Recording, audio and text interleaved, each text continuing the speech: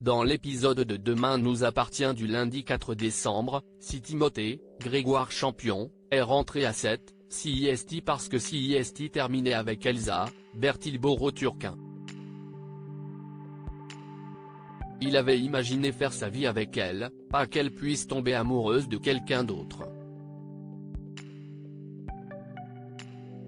Victor, Farouk Bermouga, est convaincu que son fils retrouvera l'amour mais celui-ci n'est pas certain d'en avoir envie.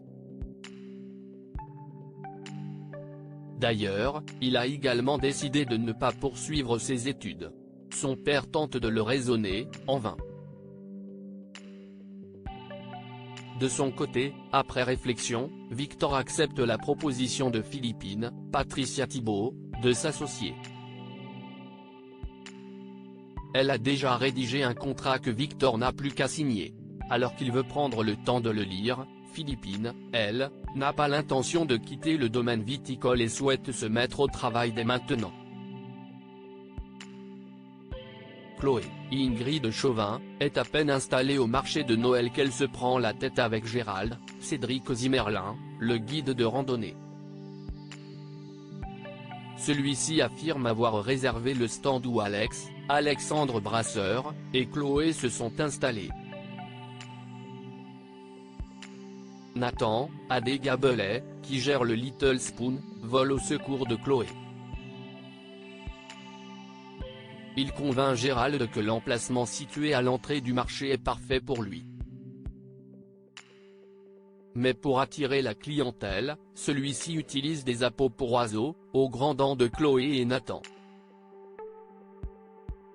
À cause des sifflements, les clients fuient. Nathan décide donc de prendre le micro pour faire la promotion de son stand et de celui de Chloé.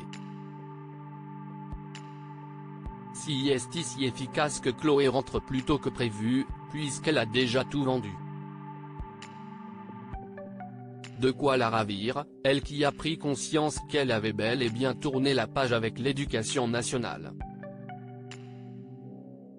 Cette nouvelle qui pourrait bien pousser John à se rendre au lycée, Violette, Salomé Benita, a entendu François, Emmanuel Moire, et Étienne, Patrick Guérino, discuter de Bastien, Nicolas Jacquens, et du fait qu'il était hospitalisé.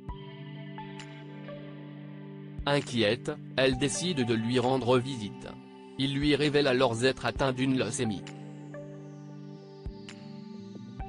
Et la remercie de l'avoir alerté sur ses ecchymoses, puisque cela a permis qu'il soit diagnostiqué.